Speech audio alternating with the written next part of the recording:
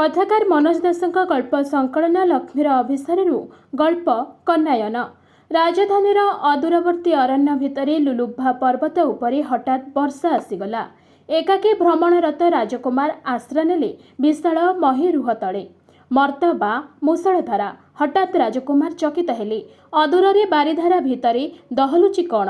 फूल गछटिए नुहे, कारण केवल दहलु नहीं दौड़ुची।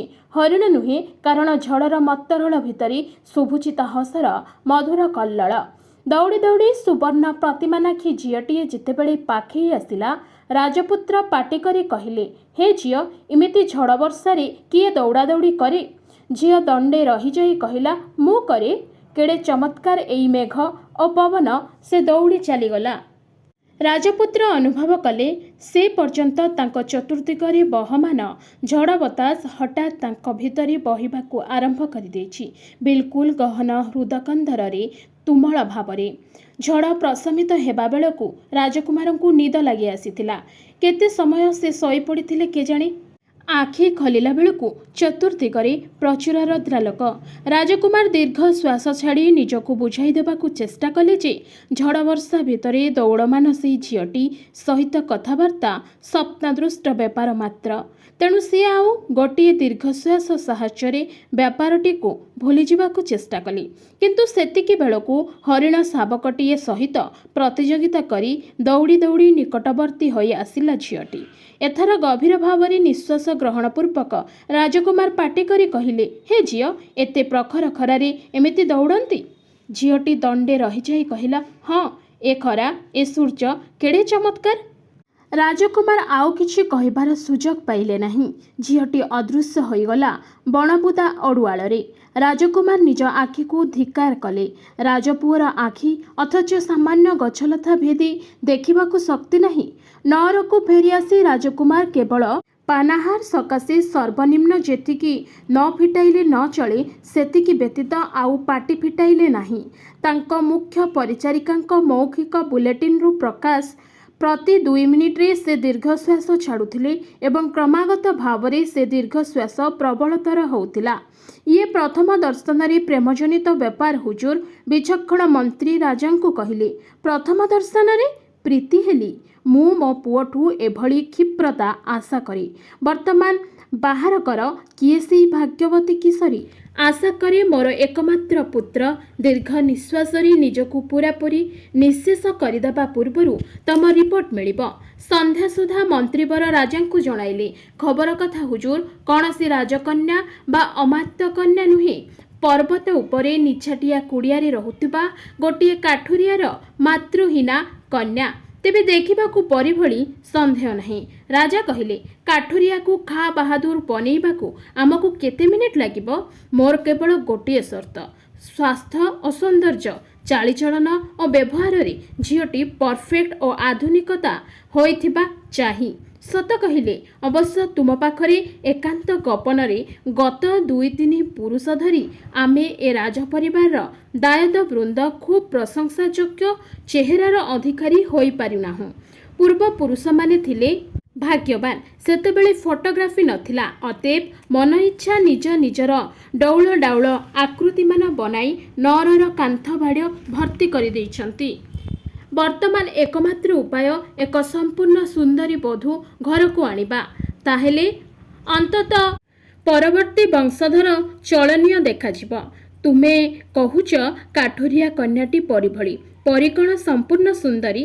थाउ थाउ, तुमे ए प्रश्नर चटापट उत्तर देबा दरकार नहीं। सौंदर्य तत्वरे ज्ञान मंत्री हेबा पई अत्यावश्यक नुहे। तुमे यथाशीघ्र विशेषज्ञ मानकू पठाई झीयटी को परीक्षा कराओ। इतिमध्यरे राजकुमारंक पाई यथेष्ट परिमाणर ऑक्सीजन व्यवस्था करबाकू भूली जाओ नहीं।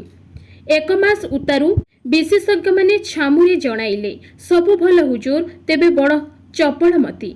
खरा वर्षा न मानी दौड़ा दौड़ी करे। यथार्थ चालीचलन शिखिबा पर्यंत सर्वदा जड़े लोक झीय मुंडरे छताटाए धरी ता पछरे दौड़ा दौड़ी करिबार व्यवस्था कर। राजा कहिले, मेघ बा इंद्रधनु देखिले मौरंक सहित नाचे। मौर मानकू देशरू तड़ी दिय। इंद्रधनु देखाजिबा मात्रे ताकू लिभाई दिय। संभव नहेले झीयकू घरे तालाबंद करी रख। सबु भल हुजूर, ତେବେ କଥା କଥାରେ ହସିଦିଏ। ରାଜ୍ୟର ସବୁଠୁ ବିକଟ ଦର୍ଶନ ଯୋଡ଼ିଏ ଲୋକଙ୍କୁ ପାଖେ ପାଖେ ରଖ। ଝିଅଟି ହସିଲା ମାତ୍ରେ ସେମାନେ ଖତେଇ ହେବେ। ମୋର ବିଶ୍ୱାସ ଅଳ୍ପ ଦିନରେ ଝିଅ ରୋଗମୁକ୍ତ ହେବ। ରାଜା କହିଲେ, ସବୁ ଭଲ ହୁଜୁର, ତେବେ ଗୋଟାଏ ଦାନ୍ତ ଅପେକ୍ଷାକୃତ ବଡ଼। ସେଇଟାକୁ ନିକାଳି ଦେଇ ଗୋଟାଏ ଅସଲି ସୁନାଦାନ୍ତ ଲଗାଇ ଦିଅ। ସବୁ ଭଲ ହୁଜୁର, ତେବେ ବାମ ଆଖି ପତା ଉପରେ ବିନା କାରଣରେ ଛୋଟିଆ ତେଳ ଚିହ୍ନଟିଏ ରହିଛି। Plastic surgery. ରାଜା କହିଲେ, ଝିଅର ଅସ୍ୱାଭାବିକ ଆପେଣ୍ଡିସାଇଟ୍ ନାହିଁ ହୁଜୁର, ତେବେ ତା ଜେଜେର ଥିଲା ବୋଲି ପ୍ରମାଣ ମିଳିଛି। ଚାନ୍ସ ନ ନେଇ ଥରେ ଅପରେସନ କରି ସମ୍ଭାବନା ଦୂର କର। ରାଜା କହିଲେ, କିନ୍ତୁ କ୍ରମେ ବିଶେଷଜ୍ଞ ଦଳର 100 ସଦସ୍ୟ ଏଭଳି ସୂକ୍ଷ୍ମାତିସୂକ୍ଷ୍ମ ତ୍ରୁଟି ତଥା ସମ୍ଭାବ୍ୟ ତ୍ରୁଟି କଥା କହିବାକୁ ଲାଗିଲେ ଯେ ସେ ସବୁର ନିରାକରଣ ଦିଗରେ ପରାମର୍ଶ ଦେବା ପରିବର୍ତ୍ତେ ରାଜା କେବଳ ସମଜଦାର ରୂପେ ମୁଣ୍ଡ ଟୁଙ୍ଗାରିବା ଶ୍ରେୟସ୍କର ମନେ କଲେ। ତାପରେ ବହୁ ଆଲୋଚନା ପରେ ରାଜା କେବଲ କରି 7 ସମୁଦ୍ର ସେପାରିରୁ ଏକ ଅତ୍ୟାଧୁନିକ ସୌନ୍ଦର୍ଯ୍ୟ ବ୍ୟବହାର ବିଜ୍ଞାନୀ କମ୍ପାନୀର ବିଶେଷଜ୍ଞ ଦଳକୁ ଅଣାଇଲେ।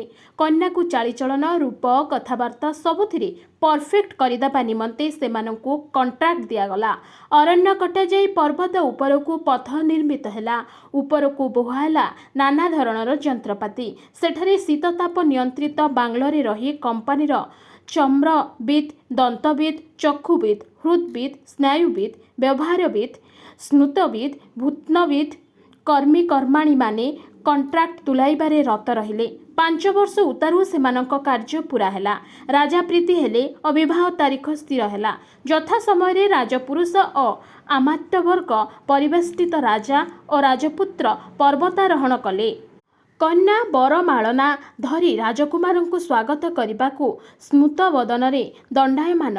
ବାସ୍ତବିକ ଏଡ଼େ ସୁସାମଞ୍ଜସ୍ୟ, ସୌନ୍ଦର୍ଯ୍ୟ, ଚହଟ ଚିକ୍କଣ, ମାପଚୁପ ହସ କେହି କେବେ କଳ୍ପନା କରିପାରି ନଥାନ୍ତେ। ସୌନ୍ଦର୍ଯ୍ୟ ବିଜ୍ଞାନୀ କମ୍ପାନୀର ଡିରେକ୍ଟରଙ୍କ ପ୍ରତ୍ୟକ୍ଷ ତତ୍ତ୍ୱାବଧାନରେ ସୁମଧୁର ସଙ୍ଗୀତର ତାଳେ ତାଳେ କନ୍ୟା ଆଗେଇ ଆସିଲେ କେଇପାଦ। ରାଜକୁମାରଙ୍କ ବେକରେ ଠିକ୍ ଯେତେବେଳେ ସେ ମାଳାଟି ପକାଇବେ ସେତିକିବେଳେ ହଠାତ୍ କ'ଣ ହେଲା ଯେମିତି କନ୍ୟାର ସବୁ ଅଙ୍ଗ ପ୍ରତ୍ୟଙ୍ଗ ଶିଥିଳ ହୋଇଗଲା। ମୁଖମଣ୍ଡଳ ହେଲା ନିଷ୍ପ୍ରାଭ। ସେ ନିଶ୍ଚଳ ହୋଇ ରହିଗଲା। ବିବ୍ରତ ଡିରେକ୍ଟର ତାଙ୍କ ସହକାରୀମାନଙ୍କୁ କ'ଣ ସବୁ କ୍ଷିପ୍ର ନିର୍ଦ୍ଦେଶ ଦେବାକୁ ଲାଗିଲେ। କ'ଣ ହେଲା? ରାଜା ପଚାରିଲେ। ଏମିତି କିଛି ନୁହେଁ ଯାହା 2 ମିନିଟରେ ଠିକ୍ ହୋଇ ନଯିବ ଆଜ୍ଞା। କଥା ହେଲା, ଝିଅଟିକୁ ପରଫେକ୍ଟ ବନାଇବା ପ୍ରୋଗ୍ରାମ ଭିତରେ ଆମେ କେବଳ ତାର ମୌଳିକ ଦାନ୍ତ, କେଶ ଇତ୍ୟାଦି ନୁହେଁ, ଏପରି କି ତା ହୃଦୟ, ଯକୃତ ଆଦି ଅଧିକାଂଶ ବସ୍ତୁକୁ ସେସବୁର ସମ୍ଭାବ୍ୟ ତ୍ରୁଟି ତଥା ଅସ୍ଥାୟିତ୍ୱ ଯୋଗୁଁ କାଢ଼ି ପକାଇ ସେସବୁ ସ୍ଥାନରେ ନିର୍ଭରଯୋଗ୍ୟ ସିନ୍ଥେଟିକ୍ ଅଙ୍ଗମାନ ଥାପିଛୁ। ଏହିସବୁ ଜଟିଳ କ୍ରିୟା ପ୍ରକ୍ରିୟା ଭିତରେ ଦିନେ ଝିଅଟିର ସେହି ଗତାନୁଗତିକ ଜିନିଷ ଯାହା ସବୁ ଜୀବଙ୍କର ଥାଏ, ଜୀବନ କୁହନ୍ତୁ, ଆତ୍ମା କୁହନ୍ତୁ, ସେଇଟା ଖସିଗଲା। ତେବେ ଆମେ ତତ୍କ୍ଷଣାତ୍ ବିକଳ୍ପ ବ୍ୟବସ୍ଥା କରିଦେଲୁ। ସେ କଥା କହିବ, ଗୀତ ଗାଇବ, ସବୁ କରିବ।